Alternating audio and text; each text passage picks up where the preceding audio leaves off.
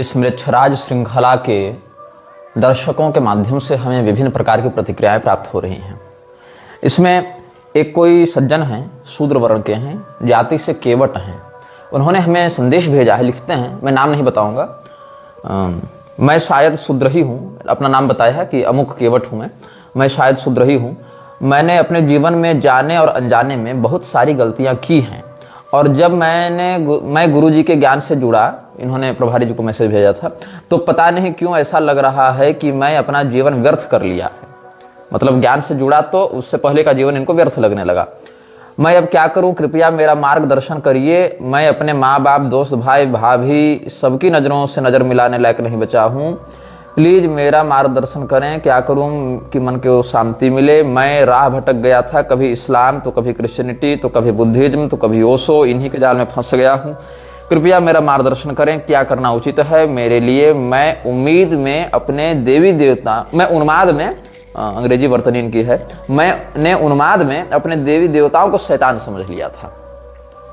तो इनका जो वैयक्तिक मार्गदर्शन वो तो हम कर ही रहे हैं, लेकिन मैं बताऊं कि इस श्रृंखला के बाद बहुत से लोगों की आंखें खुली हैं, और ये श्रृंखला लंबी चलेगी, अलग अलग माध्यमों से प्रसारित होती रहेगी, और इसमें 100, 150, 200 जब तक हर इच्छा हो उतने अनुभाग आएंगे, उतनी बातों पर हम चर्चा करेंगे। और जैसे जैसे अनुभाग बढ़ते जाएंगे वैसे वैसे आपके समक्ष ऐसे रहस्य प्रकाशित किए जाएंगे जो आपके देखने के नजरिए को, सामाजिक दृष्टिकोण को बहुत हद तक, बहुत गंभीरता से बदलेंगे।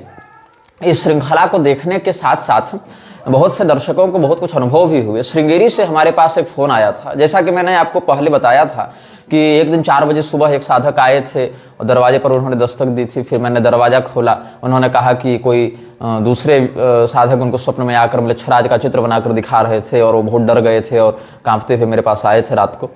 तो ऐसे ही एक श्रृंगेरी के एक अध्यापक हैं वहाँ पर, उन्होंने मुझे फ़ोन किया था। उन्होंने बताया कि मृच्छराज सीरीज को वो बहुत गंभीरता से फॉलो कर रहे हैं, और इन बातों को क्रॉस वेरीफाई इत्यादि भी करते हैं, तो सारी बातें उनको सत्य प्रमाणित प्राप्त होती है।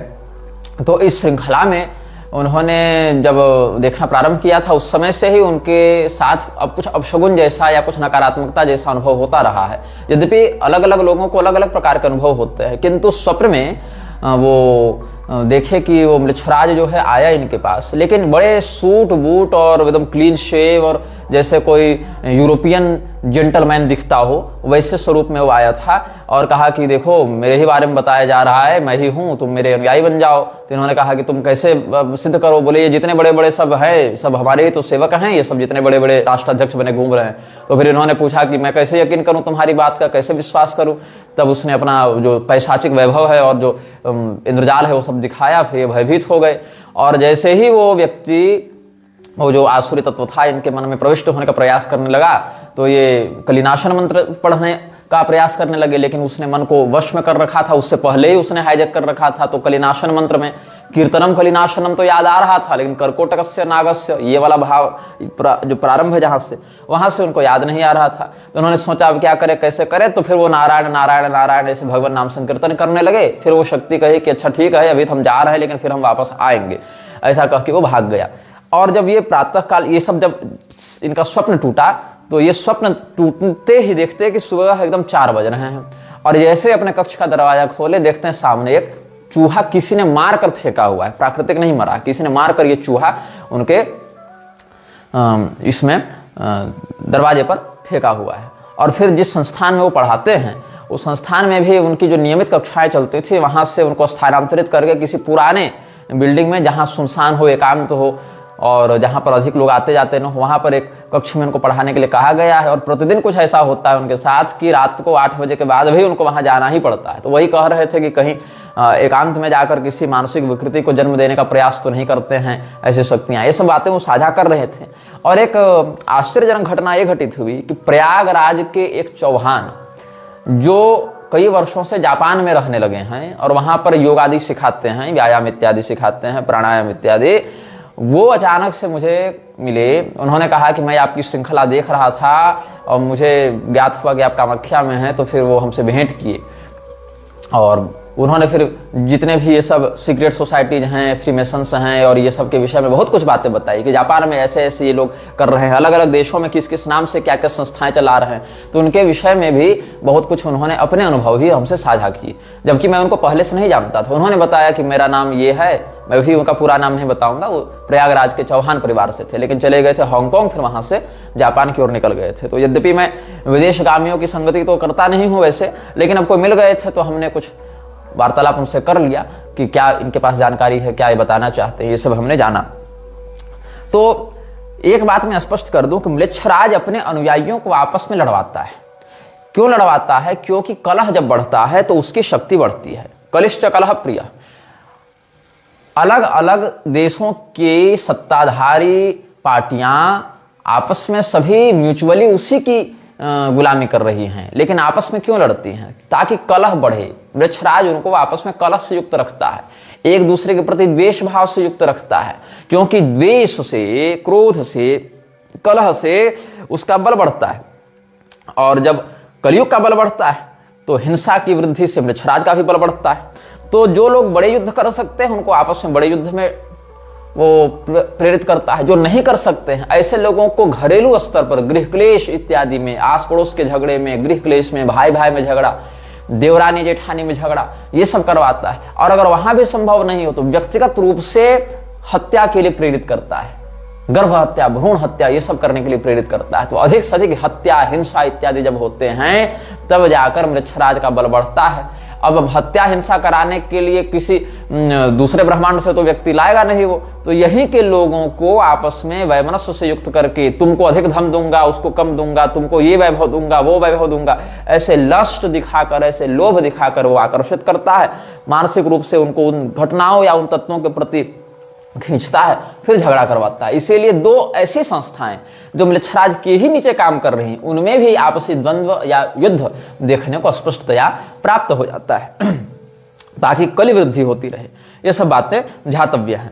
अब सांप्रदायिक द्वेष के पीछे भी एक बहुत बड़ा कारण हो जाता है। इसमें क्या होता है, जैसे कल हमने पिछले अनुभाग में चैतन्य महाप्रभु को भगवान का शक्त्यावेशावतार बताया, तो इससे भी कई लोग भड़क गए, कई लोग इससे भड़क गए कि तुम ऐसा कैसे कर सकते हो।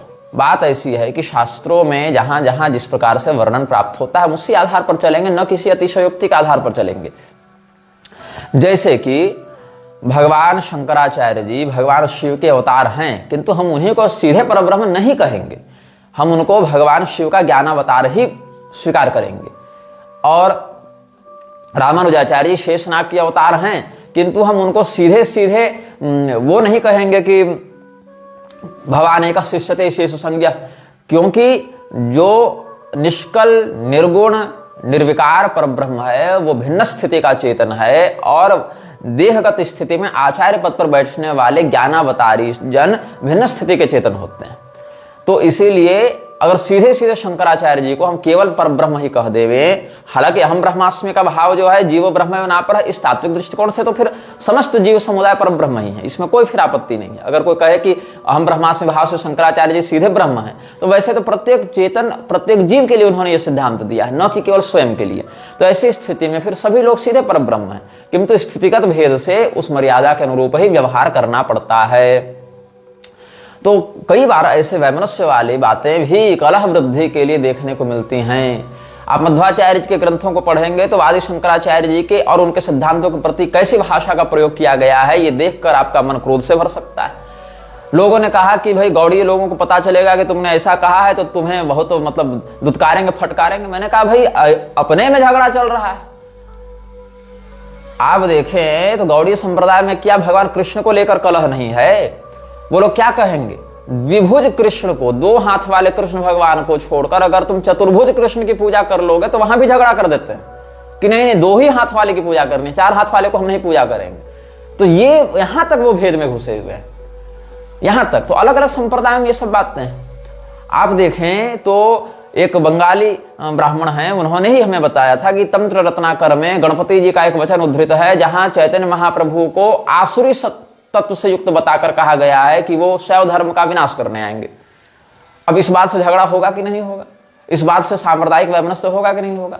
और वैसे ही ये लोग उठाकर कहते हैं कि शिव जी जो हैं वो तो मायावाद का प्रवर्तन करने के लिए आए थे, वो तो प्रच्छन्न बौद्ध थे, वो तो वैदिक धर्म का भी नाश करने आए थे, मुनिमान नाम का दैत्य आया था। इस प्रकार से ये लोग भी कहते रहते हैं। यद्यपि इन सब विषयों पर हम विस्तृत लेखन व्याख्यान ये सब पहले भी शोधनात्मक समन्वयात्मक रूप से कर चुके हैं।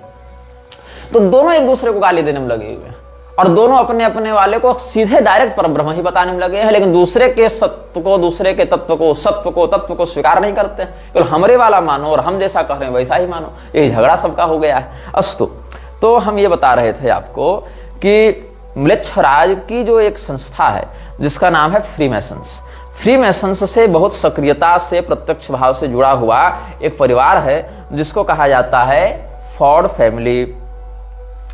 फॉर्ड फैमिली, अच्छा देखिए, जैसे हम आपको बता रहे थे कि विवेकानंद के विषय पर भी हम वीडियो बनाएंगे, तो लोगों ने कहा कि हम जो हैं सबके बारे में सुन लेंगे, विवेकानंद के बारे में नहीं सुन सकते हैं, इस्कॉन के बारे में नहीं सुन सकते हैं, प्रभुपाद के बारे में नहीं सुन सकते हैं। और प्रभुपाद ने रामकृष्ण परमहंस के विषय में जितनी गालियां बकी हैं वो तुम जानते हो कि नहीं जानते हो? प्रभुपाद ने रामकृष्ण परमहंस को क्या क्या कहा है ये कभी उसके ग्रंथों में पढ़ना और नहीं पढ़ पाओगे तो मैं आगे के अनुभागों में तो बताने ही वाला हूं। अस्तु, हम आपको बता रहे थे कि कैसे फॉर्ड परिवार ने इस्कॉन को स्पॉन्सर किया, कैसे फॉर्ड परिवार फ्रीमेसन्स से जुड़ा हुआ है और कैसे फॉर्ड परिवार जू समुदाय का, यहूदी समुदाय का, जुडाइज्म का एक संक्रमण हिंदुओं के मध्य फैलाने वाला है, ये भी बताएंगे। जो लोगों को लगता है कि इस्कॉन हिंदू धर्म का प्रचार कर रहा है उनको भी बताएंगे कि क्यों इस्कॉन के मंदिर सरकार के अधिग्रहण में नहीं है लेकिन हिंदुओं के मंदिर सरकार के अधिग्रहण में है, क्योंकि इस्कॉन स्वयं को हिंदू नहीं मानता है। इस्कॉन स्वयं को इस्कॉन मानता है, इस्कॉन स्वयं को हिंदू नहीं मानता है। जो खुश होकर तुम लोग उछलते हो ना, इस्कॉन हिंदू धर्म का प्रचार कर रहा है, इस्कॉन हिंदू शब्द से ही नफरत करता है और इसका प्रमाण भी हम आपको देते जाएंगे। आप केवल सुनते जाइए, आप केवल इन तथ्यों से अवगत होते जाइए। तो हुआ क्या था मैं आपको ये बता रहा हूं। जो बाइडेन, जो कि वर्तमान में अमेरिका का पूर्व राष्ट्रपति है, पिछली सत्ता उसी की थी, तो जो बाइडेन अभी 1 महीना भी नहीं बीता है, जनवरी 19 जनवरी 2025 को आधिकारिक रूप से फ्रीमेसन का सदस्य बना है और इसके विषय में समाचार भी निर्गत किए गए थे। जो Biden was declared a master mason at sight by the Prince Hall Grand Lodge of South Carolina on January 19, 2025। Master mason की उपाधि इसको प्राप्त हुई है प्रिंस हॉल ग्रैंड लॉज, जो साउथ कैरोलिना में फ्रीमेसन्स का एक ऑफिस है या उसका इंस्टीट्यूट है, वहां पर एक मुख्यालय जैसा है, वहां पर इसको ये उपाधि मिली है। और जो पहला राष्ट्रपति था जॉर्ज वाशिंगटन, वो भी फ्रीमेसन्स का उच्चाधिकारी रहा है। क्या कहते हैं freemasons, beginning with the nation's first president George Washington. और आधिकारिक रूप से सत्ता में रहते हुए फ्रीमेसन्स का जो उद्घोषित सदस्य रहा है वो कौन था? फॉर्ड परिवार का ही एक व्यक्ति था। क्या नाम था? Gerald Ford. इसके विषय में भी आप जान लें, ये 1913 ईस्वी में जन्मा था, 2006 ईस्वी तक जीवित रहा था और 9 अगस्त 1974 से लेके 20 जनवरी 1977 ईस्वी तक ये अमेरिका का राष्ट्रपति रहा था। कौन? गेराल्ड फोर्ड, गेराल्ड फोर्ड, या इस प्रकार से कुछ इसका उच्चारण होगा, तो गेराल्ड फोर्ड ही होना चाहिए। The most recent president to have undisputed membership is Gerald Ford, ये था। तो इसमें क्या हुआ है, हेनरी फोर्ड के विषय में हम बताना चाहेंगे। हेनरी फोर्ड वो व्यक्ति है जिसने फोर्ड फाउंडेशन की नींव रखी थी। फोर्ड फाउंडेशन बाहर से गाड़ियां बनाने का काम करता है, ऑटोमोबाइल का उसका बिजनेस है। और फोर्ड फाउंडेशन की जो टोटल मार्केट कैप है, जो टोटल उसका जो इकोनॉमिक वेंचर है, उसमें आप 5% मान लीजिए गाड़ियों का है और 95% मान लीजिए हथियार का है। फोर्ड फाउंडेशन का 95% जो पैसा है वो किस में इन्वेस्टेड है? युद्ध में, हथियार में, मिसाइल्स में, वेपन्स में, टैंक्स में, बंदूकों को बनाने में, आर्मर वाली गाड़ियां फौज के लिए बनाने में। मतलब 95% पैसा वो कहां लगाए हुए हैं। जैसे सैमसंग, सैमसंग कंपनी से आपको क्या लगता है, सैमसंग किस चीज की कंपनी है? तो आपको लगता है सैमसंग मोबाइल बनाने की, टैबलेट बनाने की, लैपटॉप बनाने की कंपनी है। लेकिन सैमसंग अपने पूरी पूंजी के बहुत छोटे से हिस्से में ये काम करती है। सैमसंग का मुख्य जो कार्य है वो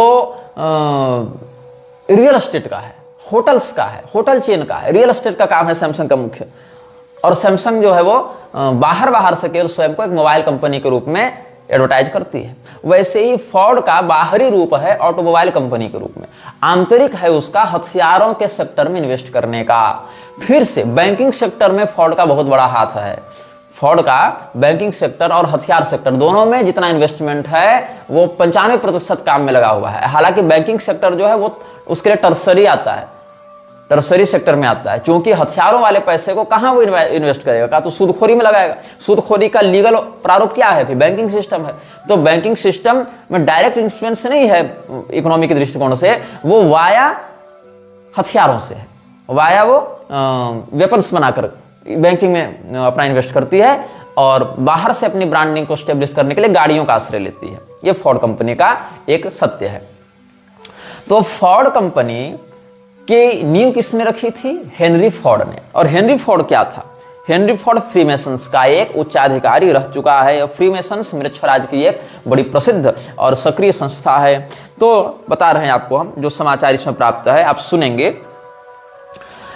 At the annual meeting of the Supreme Council for the Scottish Rites Northern Masonic Jurisdiction held in September 1940 in Cincinnati, Ohio, George E. Bushnell, deputy for the state Michigan, presented the name of Henry Ford of Dearborn, Michigan, to receive the degrees of the right from the 4th to the 32nd, inclusive, and thereafter the 33rd degree, and asked for unanimous consent to ballot upon this nomination. The request was granted, and the ballot spread, and it proving to be clear, Henry Ford was declared to be elected to receive the degrees of the right from the 4th to the 32nd, inclusive, in some value of the jurisdiction in which the degrees were being worked under the direction of sovereign grand commander, and the 33rd degree after he has been duly created a sublime prince of the royal secret, 32nd degree, prince of the royal secret. Freemasons के जो शाही रहस्य हैं उनका रक्षक राजकुमार, ये उपाधि किसको मिली थी? हेनरी फोर्ड को। हेनरी फोर्ड इनिशियली 4थे डिग्री का फ्रीमेसन्स था, लेकिन चूंकि इसमें यह प्रतिभा थी, यह वफादारी थी अपने उस पैशाचिक संस्था के प्रति कि इसने अपने व्यापारिक इन्फ्लुएंस से, अपनी तेज तर्रार दिमाग की स्थिति से उस समय जो स्कॉटिश राइट जो अनुभाग था फ्रीमेसन्स का, वो जो लाइनेज है नॉर्थर्न मैसोनिक ज्यूरिसडिक्शन के अंतर्गत, वहां के जॉर्ज ई बुशनेल, जो कि मिशिगन शहर का डेप्यूटी हुआ करता था, मिशिगन राज्य का डेप्यूटी हुआ करता था, उसने हेनरी फोर्ड का नाम प्रस्तावित किया कि इसको 4थे से लेकर सीधे 32वें डिग्री का प्रमोशन दिया जाए। मतलब आप ऐसा समझ लीजिए कि आपसे हवलदार और आप सीधे बन गए आईजी। आप कांस्टेबल, सीनियर कांस्टेबल मान लीजिए, एकदम जीडी तो नहीं थे, फर्स्ट सेकंड रैंक में नहीं थे आप 4th में थे, आप हेड कांस्टेबल थे, लेकिन आपको बना दिया गया सीधे आईजी। ये आप समझ लीजिए। तो इसके लिए बाकायदा वहां पर मीटिंग हुई और जब जॉर्ज ई बुशनेल ने इसके नाम को प्रस्तावित किया, हेनरी फोर्ड के नाम को, कब किया? सितंबर 1940 में ओहियो में ये हुआ था सम्मेलन। तो वहां पर जो बैलेट वोटिंग हुई एनोनिमस, वहां से उसको बढ़ोतरी का समर्थन दिया गया और फिर इसको 32nd डिग्री होल्डर बनाया गया और फिर वहां पर ये अच्छा काम किया, फिर इसको 33rd डिग्री होल्डर भी बनाया गया। अब आगे क्या हुआ? At the time that the Northern Masonic Jurisdiction Supreme Council conferred the 33rd degree on him of age 77, Henry Ford had been a Mason for 46 years, having been raised in Detroit's Palestine Lodge number 357 in 1894 at age 37। 1894 ईस्वी में, जो कि 1863 का इसका जन्म था, तो 1894 में 31 वर्ष का हो जाएगा कौन? Henry Ford. तो हेनरी फोर्ड जो है वो 31 साल की उम्र में जो डेट्रॉइट का फलस्तीन लॉज था, जिसका क्रमांक 357वां, रूम नंबर 357वां था, वहां पर फ्रीमेसन्स के ही छत्र छाया में ये पला बढ़ा आगे हुआ और on the evening of December 6, 1940, the Supreme Council opened a special meeting to confer the 33rd degree on Henry Ford at the Masonic temples in Detroit, Michigan. Michigan के डेट्रॉइट में 6 दिसंबर 1940 को एक स्पेशल काउंसिल बुलाई गई। Supreme council ने एक special meeting बुलाई। सितंबर 1940 में तो इसको ओहियो में दिया गया था 32nd डिग्री का प्रमोशन, और फिर दिसंबर 6 को 1940 ईस्वी में ही मिशिगन में इसको दिया गया 33rd डिग्री का promotion. The meeting open at 9 PM and was over at 11:45 PM। रात को 9 बजे ये मीटिंग प्रारंभ हुई और ठीक 11:15 बजे ये मीटिंग समाप्त हुई। रात्रि के दूसरे पहर में इन्होंने अपनी सारी रस्में निभाई, जो भी वो बाल वर्षिप इत्यादि करते होंगे, ये सब जो भी वो अपने पैशाचिक वृक्षराज की शक्तियों की आराधना करते होंगे, तो रात्रि के दूसरे पहर में सारी गतिविधियां की गई और फिर हेनरी फोर्ड को बनाया गया 33rd degree holder of freemasons Scottish rite lineage. Among those present were the men pictured in the photos above, वहां एक चित्र भी है, चित्र हम सार्वजनिक नहीं करेंगे। ओहियो का गवर्नर था जॉन डब्ल्यू ब्रिकर, वो भी 33 डिग्री होल्डर था। सोवरेन ग्रांड कमांडर था कनाडा का सुप्रीम काउंसिल का जो था जॉन ए रोलैंड, वो भी 33 डिग्री होल्डर था। सोवरेन ग्रांड कमांडर था नॉर्दर्न मैसोनिक जुरिस्डिक्शन का मेलविन एम जॉनसन, वो भी 33 डिग्री होल्डर था। और मिशिगन का जो डेप्यूटी था और बाद में जो सोवरेन ग्रांड कमांडर भी बना मिशिगन जुरिस्डिक्शन का, जॉर्ज बुशनेल, वो भी 33 डिग्री होल्डर था। इनके साथ पांचवा ये कौन था? Henry Ford. While Ford was unquestionably the most well-known person in the room that evening, two other men pictured in the photo above were not only well-known within Scottish Rite Freemasonry but were at the same time luminaries in the legal field. अब Freemason से जुड़े दो लोग वहां पर और थे जो फ्रीमेसन्स के सदस्य थे और बाहर कानूनी जगत में उनकी बड़ी अच्छी पैठ थी फोर्ड के साथ। फोर्ड तो व्यापारी होने के कारण प्रसिद्ध था ही, लेकिन दो लोग वहां उस रूम में और थे जो फ्रीमेसन्स की ही सदस्य थे, स्कॉटिश राइट लाइनेज के थे ये लोग, और वहां पर कानूनी जगत में बड़ी उनकी प्रतिष्ठा थी। कौन कौन थी लोग? तो जॉर्ज ई बुशनेल जो चीफ जस्टिस था मिशिगन सुप्रीम कोर्ट का, और मेलविन जॉनसन जो था वो बॉस्टन यूनिवर्सिटी लॉ स्कूल का डीन था। ये दोनों जो थे उस रूम में, ये इन सामाजिक पदों पर भी, न्यायपालिका में भी ऐसे बैठे हुए थे। जॉन ब्रिकर जो था वो ओहियो का गवर्नर था, वो भी लीगल फील्ड में काम कर चुका था। वो ओहियो के अटॉर्नी जनरल के रूप में 1933 से 1937 ईस्वी तक काम कर चुका था और उसके बाद गवर्नर भी बना था। और फिर 12 साल के बाद वो 47 ईस्वी से 52 ईस्वी तक, 33 से 12 उधर जोड़ लेंगे तो, और 37 तक ये रहा था, 33 से 37 तक, फिर लगभग 12 साल ये ओहियो का यूएस सीनेटर भी रहा था, फिर लॉ प्रैक्टिस में भी ये घुस गया था। तो जो हेनरी फोर्ड है उसकी हमने आपको कुंडली दिखा दी कि हेनरी फोर्ड क्या था, कैसा था। और हेनरी फोर्ड का जो परपोता है एल्फ्रेड ब्रूस फोर्ड, जिसका जन्म 1950 में हुआ था, वो किसका स्पॉन्सर था? अम्बरीश दास के नाम से ये अपने आप को बदल लेता है। कौन? Alfred Bruce Ford. ये प्रभुपाद का सबसे बड़ा इन्वेस्टर में से एक था। आप गूगल में एक सर्च करेंगे term ISKCON relationship with juice, JEWS, या इस्कॉन एंड जूस, या जूज इन्फ्लुएंस इन इस्कॉन, ऐसे आप कीवर्ड सर्च करेंगे तो आपको यह ज्ञात होगा कि इस्कॉन की जो जीबीसी है, जीबीसी मतलब उसकी जो केंद्रीय गवर्निंग बॉडी है, आप मान लीजिए, जो पूरे विश्व में इस्कॉन की गतिविधियों को रेगुलेट करती है, इस संस्था में घुसे हुए बड़े बड़े उच्चाधिकारी अधिकतर यहूदी हैं, घोषित रूप से यहूदी हैं, बड़े बड़े बैंकर्स हैं, इन्वेस्टर्स हैं। ये इस्कॉन को रन कर रहे हैं। कोई हिंदू धर्माचारी इस्कॉन को नहीं रन कर रहा है, यहूदी रन कर रहे हैं इस्कॉन को, पैसे से भी, पॉलिटिक्स से भी, औकात से भी। और इस्कॉन को पैसा भी इन्होंने दिया, इस्कॉन को प्लेटफॉर्म भी इन्होंने दिया, इस्कॉन को वर्ल्ड वाइड इन्हीं लोगों ने पहुंचाया। और मैक्सिको के फ्रीमेसन लॉज में बाकायदा प्रभुपाद गया भी था और उसका प्रवचन करता हुआ चित्र हमने आप सबों को सार्वजनिक रूप से पिछले अनुभागों में बता भी दिया था, दिखा भी दिया था। तो हम आपको अल्फ्रेड फोर्ड के विषय में बता रहे थे। आपको जो गेराल्ड फोर्ड है अमेरिका का राष्ट्रपति, तो जिस समय गेराल्ड फोर्ड अमेरिका का राष्ट्रपति था उसी समय अल्फ्रेड फोर्ड ने प्रभुपाद को इन्फ्लुएंस करना प्रारंभ किया था। तो अल्फ्रेड फोर्ड जो है वो कौन है? Alfred Bruce Ford, also known as Ambarish Das, is an American businessman and the great grandson of Henry Ford, founder of the Ford Motor company. Prabhupada के पूरी कुंडली बताने से पहले हम आपको दोनों लाइनेज बता रहे हैं। एक पिछले अनुभाग में बता दिए कि प्रभुपाद की जो गुरु परंपरा है उसका फर्जीवाड़ा क्या है, और प्रभुपाद के जो इन्वेस्टर्स हैं, जो उसके इन्फ्लुएंसर्स हैं, जो उसको प्लेटफॉर्म देने वाले लोग हैं, वो किस प्रकार से मृच्छराज की संस्थाओं से जुड़े हुए हैं। दोनों बातों को जब हम एक साथ लाएंगे, कहां से उसको रूप मिला, नाम मिला, मंत्र मिला और कहां से पैसा मिला, दोनों को लाकर जोड़ेंगे प्रभुपाद पर, फिर आगे बताएंगे कि इसने क्या क्या कर्मकांड कर रखे हैं। तो हेनरी फोर्ड के विषय में आपको हम बता चुके हैं कि कितने गहराई से ये घुसा हुआ था फ्रीमेसन्स में और उसके एक उच्चाधिकारी के रूप में ये प्रतिष्ठित था।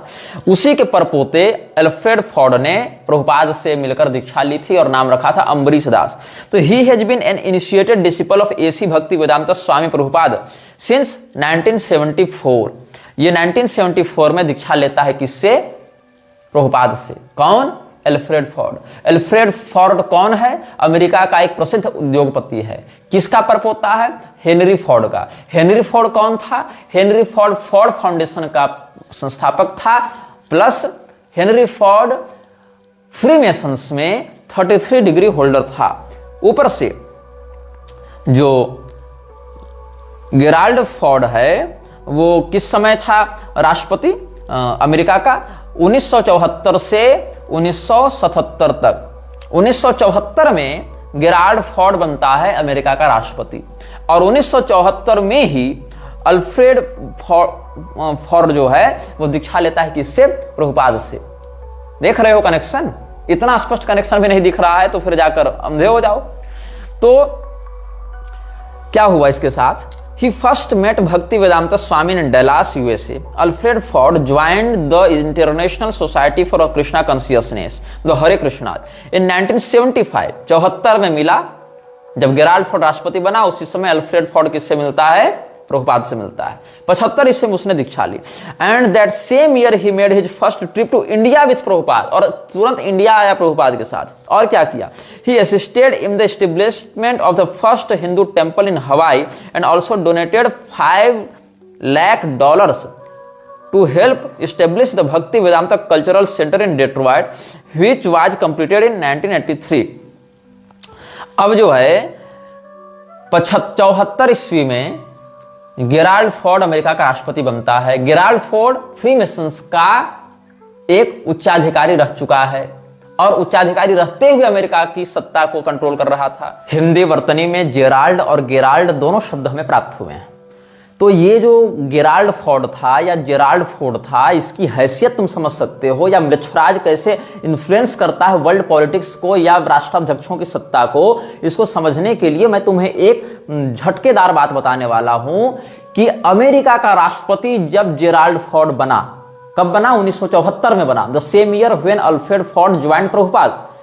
जेराल्ड फोर्ड अमेरिका का राष्ट्रपति चुनाव लड़कर नहीं बना, उसने प्रेसिडेंसी का इलेक्शन ही नहीं लड़ा था। ये जो तुम डोनाल्ड ट्रंप और बाइडेन और ओबामा के प्रेसिडेंशियल इलेक्शंस को लेकर हवा मचाए रहते हो कि भाई हम अमेरिका का राष्ट्रपति चुना जा रहा है तो हम देखेंगे कि चुनाव में कैसी निष्पक्षता हो रही है, क्या घोटाले हो रहे हैं, क्या मुद्दे हैं। ये फोर्ड भाई साहब बिना इलेक्शन लड़े अमेरिका के राष्ट्रपति बने हैं। प्रेसिडेंट ऑफ यूएसए बना विदाउट कंपीटिटिंग इन प्रेसिडेंशियल इलेक्शंस। तो कहो कि हो सकता है ये उपराष्ट्रपति का चुनाव लड़े हों, उपराष्ट्रपति बने हों और बाद में फिर राष्ट्रपति के मरने पर या रिजाइन देने पर इनको स्वाभाविक प्रमोशन मिल गया हो राष्ट्रपति के रूप में। ऐसा होता है ना, जैसे कि राष्ट्रपति अगर अस्वस्थ हो, मर जावे या रिजाइन दे देवे तो अगले चुनाव तक जो उपराष्ट्रपति है उसी को राष्ट्रपति के रूप में प्रोन्नत कर दिया जाता है। ये एक वैकल्पिक बात संविधान में होती है। किंतु मजे की बात क्या है कि जेराल्ड फोर्ड भाई साहब ने तो उपराष्ट्रपति का भी चुनाव नहीं लड़ा था, ये वाइस प्रेसिडेंसी का भी चुनाव नहीं लड़े थे, प्रेसिडेंसी का भी चुनाव नहीं लड़े थे, लेकिन सीधे प्रेसिडेंट बने। और ये नहीं कि इनके प्रेसिडेंट बनने के बाद मध्यावधि चुनाव करवा दिया गया, नहीं, बढ़िया बढ़िया ये लगभग 8-9-100 दिनों तक राष्ट्रपति बने, मतलब मोर देन 2 इयर्स ये राष्ट्रपति बने रहे। 74 से 77 तक बने रहे ये। हालांकि 77 पूरा नहीं रहे, 74 पूरा नहीं रहे, 75 76 पूरा रहे, और उधर 74 का उत्तरार्ध और इसका पहले 77 में। लेकिन लगभग ये 2.5 वर्षों तक राष्ट्रपति बना रहा अमेरिका का कौन? Gerald Ford. फ्री मेसन्स का 33 डिग्री होल्डर था, चुनाव नहीं लड़ा, समझ रहे हो। हेनरी फोर्ड डेट्रॉइट में 33 डिग्री होल्डर बनता है। जेराल्ड फोर्ड फ्रीमेसन्स का 33 डिग्री होल्डर बनता है। जेराल्ड फोर्ड जो फ्रीमेसन्स का घोषित उच्चाधिकारी था, बिना राष्ट्रपति या उपराष्ट्रपति का चुनाव लड़े सीधे अमेरिका का राष्ट्रपति 2.5 साल तक बना रहता है। और जिस साल वो राष्ट्रपति बनता है उसी साल हेनरी फोर्ड का परपोता अल्फ्रेड फोर्ड ज्वाइन करता है प्रभुपाद को, और अगले ही साल भारत आता है। और उसके अगले ही साल जब जेराल्ड फोर्ड बना हुआ था बिना चुनाव लड़े अमेरिका का राष्ट्रपति, तब डेट्रॉइट में हेनरी फोर्ड का जहां अभिषेक हुआ था 33 डिग्री होल्डर के रूप में, उसी शहर में प्रभुपाद कल्चरल सेंटर बनाने के लिए लाखों डॉलर का दाम देता है अल्फ्रेड फोर्ड प्रभुपाद को। यह कनेक्शन समझ में आ रहा है तुमको? हेनरी फोर्ड डेट्रॉइट में बनता है फ्रीमेसन्स का 33 डिग्री होल्डर। 1974 में जेराल्ड फोर्ड बनता है अमेरिका का राष्ट्रपति, वो भी फ्रीमेसन्स का 33 डिग्री होल्डर। अल्फ्रेड फोर्ड जो हेनरी फोर्ड का परपोता है वो 1974 ईस्वी में, the same year when Gerald Ford became the president of USA, in the same year Alfred Ford joined ISKCON and initiated the discipleship of Prabhupada in 1975। ये भी ध्यातव्य बात है। तो प्रभुपाद से 1974 में मिला अल्फ्रेड फोर्ड, उसी साल जिस साल जेराल्ड फोर्ड अमेरिका का राष्ट्रपति बना था, जो फ्रीमेसन्स का सदस्य था। अल्फ्रेड फोर्ड का परदादा भी फ्रीमेसन्स का सदस्य था। अल्फ्रेड फोर्ड का परदादा डेट्रॉइट में फ्रीमेसन्स का उच्चाधिकारी बना था। अल्फ्रेड फोर्ड प्रभुपाद से 1974 में मिला, 75 में भारत आया, दीक्षा इत्यादि लेके, और फिर $5 लाख उसने डेट्रॉइट में इस्कॉन के संस्थापना के लिए, प्रभुपाद कल्चरल सेंटर की स्थापना करने के लिए डोनेट किया। समझ रहे हो कैसे घुसा हुआ है? इस्कॉन हिंदू धर्म का प्रचार कर रहा है। फिर से समझाता हूं, सारे नामों को फिर से याद रखना, और तुम इस बात को वेरीफाई भी करना, क्रॉस चेक भी करना, मेरी बातों पर आंख मूंद कर भरोसा मत करना। हेनरी फोर्ड डेट्रॉइट में बनता है 1940 में, 1940 ईस्वी में, फ्रीमेसन्स का 33 डिग्री होल्डर। कौन बनता है? Henry Ford. कहां बनता है? डेट्रॉइट में। उसका परपोता अल्फ्रेड फोर्ड 1974 में प्रभुपाद से मिलता है। 1974 ही वह साल है जब जेराल्ड फोर्ड बना अमेरिका का राष्ट्रपति। जेराल्ड फोर्ड फ्रीमेसन्स का एक उच्चाधिकारी रह चुका है। अल्फ्रेड फोर्ड प्रभुपाद से मिलता है 74 में, 75 में दीक्षा लेता है और $5 लाख देता है। किस बात के लिए? कि मेरा परदादा हेनरी फोर्ड जिस डेट्रॉइट में फ्रीमेसन्स का 33 रैंक होल्डर बना था, डिग्री होल्डर बना था, वहां पर आप प्रभुपाद कल्चरल सेंटर की स्थापना कीजिए। ये बात हो गई। अब आगे देखो क्या हुआ। इतना ही नहीं, 1983 में ये पूरा भी हो गया था सेंटर बनकर। Alfred Ford has made many significant donations to ISKCON over the years which has assisted ongoing projects to build the Pushpa Samadhi Mandir of Prabhupada. He is the chairman of Shri Mayapur temple of the Vedic planetarium, also called TOVP। In October 2003, अक्टूबर 2003 में, Ford spent a week in Moscow lobbying for the construction of a proposed $10 million Vedic cultural center. It was said that Ford would make a significant financial contribution for the project if it happened. He also bought a $600,000 mansion to house a Hare Krishna temple and learning center in Honolulu. अघोषित रूप से कितना दिया है ये कोई नहीं जानता है। ये हाल है इसका। तो यही अल्फ्रेड फोर्ड, यही जेराल्ड फोर्ड, यही हेनरी फोर्ड, ये पूरा फोर्ड परिवार जो कि फ्रीमेसन्स के घोषित और सक्रिय उच्चाधिकारियों में से रहे हैं, ये प्रभुपाद को कैसे इन्फ्लुएंस करते हैं और कैसे प्रभुपाद इन लोगों से पैसा लेकर, और इधर की जो गौड़ीय मठ की जो नकली परंपरा थी, जो कि केदारनाथ दत्त और विमल प्रसाद दत्त ने विद्रोह करके गौड़ी संप्रदाय से अलग करके अपना एक इस्टेब्लिशमेंट किया था, उन दोनों को जोड़कर इस्कॉन को आगे बढ़ाता है और लोगों को मूर्ख बनाता है कि हम भगवान का प्रचार कर रहे हैं, हम तो हरे कृष्ण आंदोलन कर रहे हैं, हम तो लोगों को गोलोक भेज रहे हैं। ये सब बातें।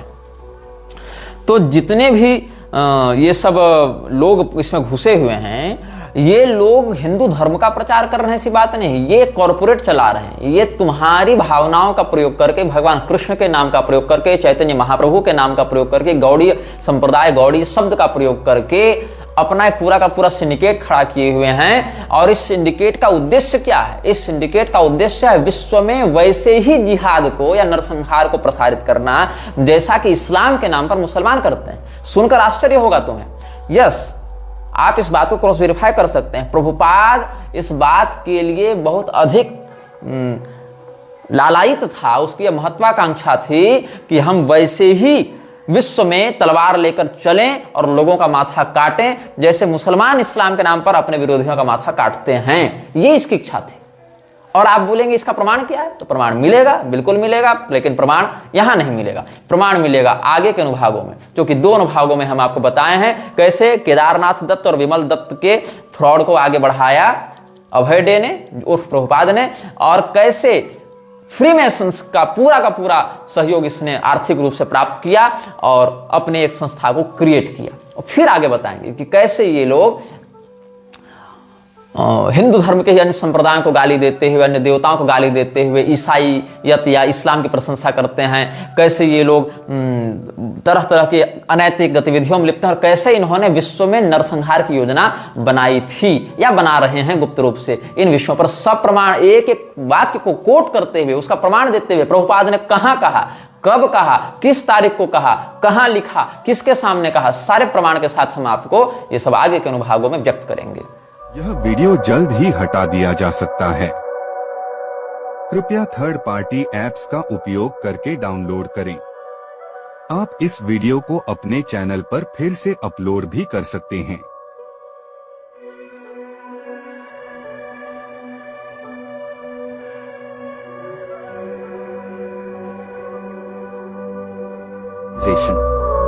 This video may get deleted soon.